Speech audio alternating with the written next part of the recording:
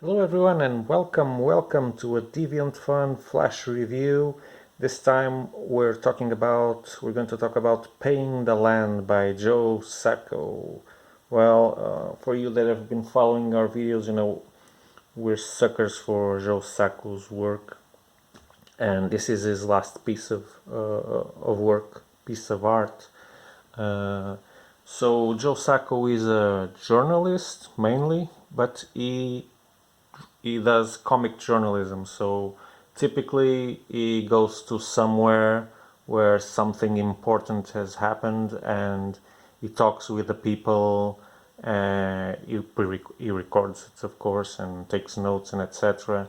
Talks with everyone, usually talks with every side of the conflict, because normally it's some kind of conflict that he goes to report on.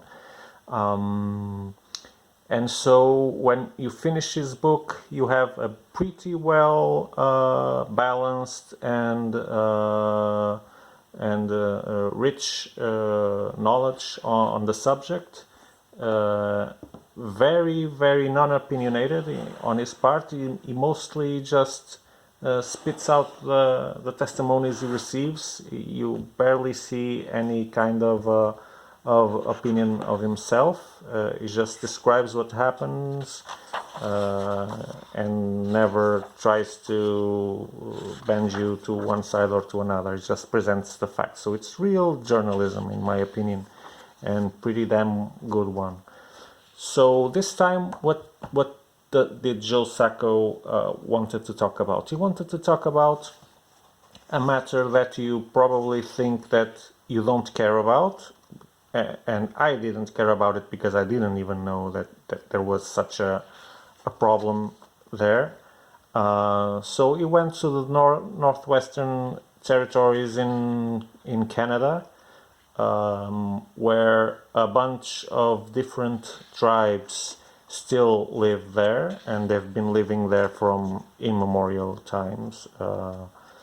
They live on they would live on the land, using the furs of the animals, the beavers, for example, the bears, getting what nature would provide them with, the wood and etc. to build their homes. They were mostly nomads. They will travel around the northwestern territory, around the lake, and etc. So they had been there for quite some long time. No one knows exactly for how many time. But before they even knew it, their land was being negotiated by the monarchy, and we have the dates here on page 60. Let me see. So in the late 18th century, there was already a dispute. 1870, yeah. King Charles II had already issued some kind of a treaty, not a very set in rock treaty, but yeah, they would give something to the Aboriginals in return of resources. But it wasn't before Treaty 11 and Treaty 8, and treaties here in this book, you can see that they were very, very difficult. Not only did the government or the power in question, in this case it was a monarchy yet, still, not only was it difficult for the conflicting powers to agree on something, it was very difficult for the tribes themselves to agree on themselves, because there were lots of different tribes with different interests, some of them occupying spots that interlaced amongst themselves, so they shared some part of the territory because they were nomads. They would hunt in places where other people hunt too. So Treaty 11 was in 1921, and just to see how ridiculous and how Canada played such a bad role in all this process.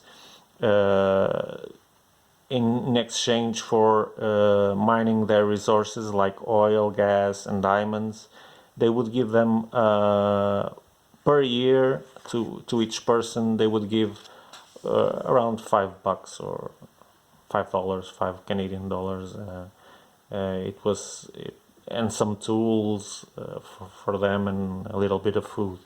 So it was a shameful deal that, of course, many years afterwards, when the newer generations started to take hands on their sovereignty plans and trying to get a share on the mining extraction, trying to get a hold on the prosperity and economical drive.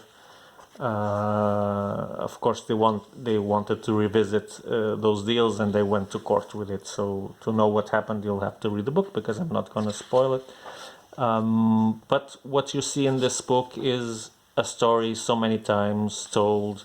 When civilization reaches virgin lands and virgin people, what it does to them. You can see here a person lying in the snow. Is dead, is frozen to death because of alcohol.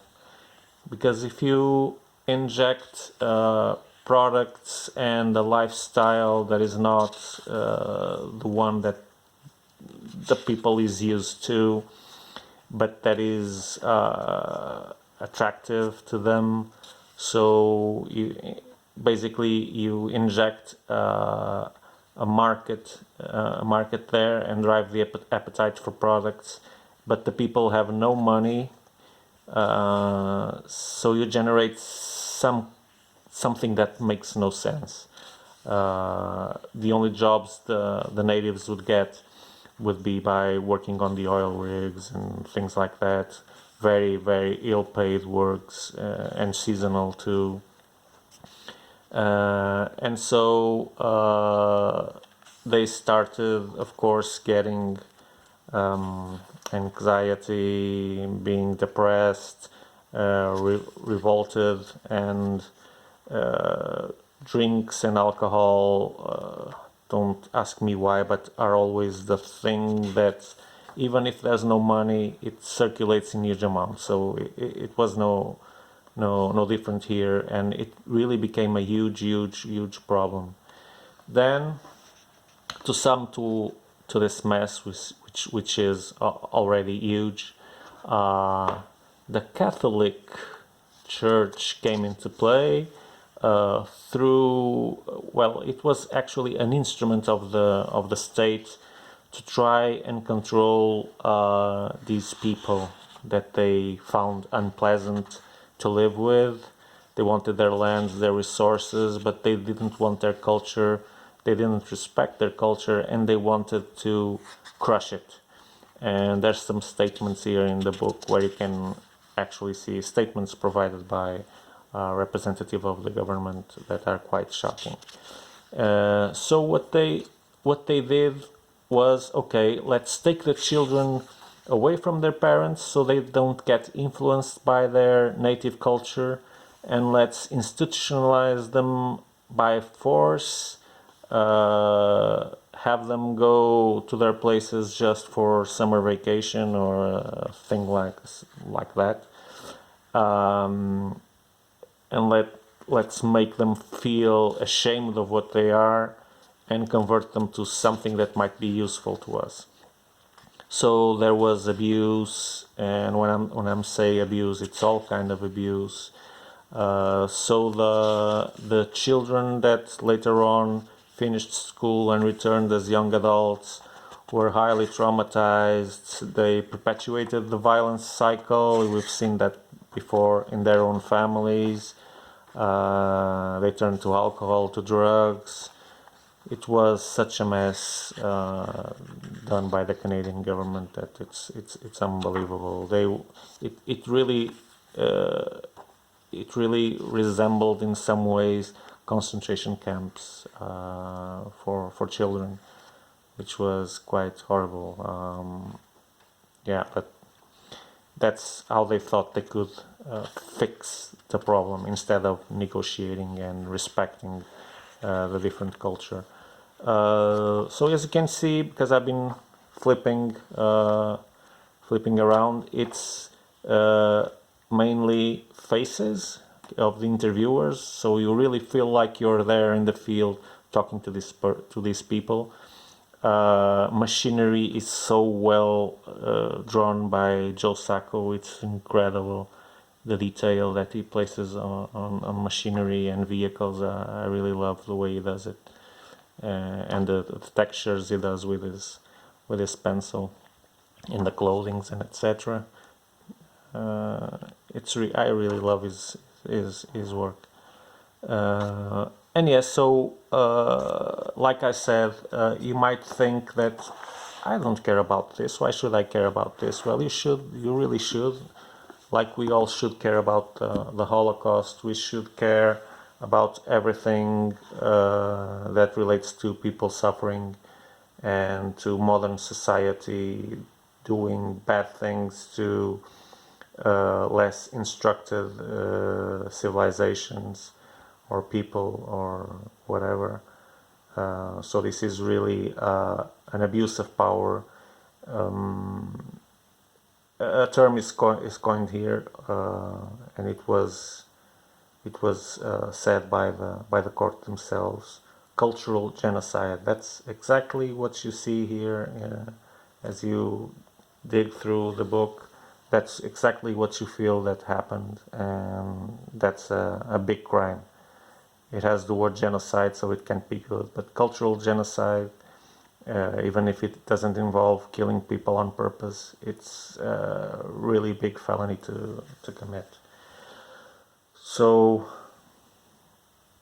again, a big recommendation for this, Paying the Land, Joe Sacco. If you find Safe Area Gorazd, it's also as good or even better than this. I think it's even better, at least for my taste. So that's it. You can find this on our online shop, Deviant.fun, .biz, or somewhere else. But take a look at it. It really pays up. So that's all I wanted to tell you about this book. So bye bye. See you next time.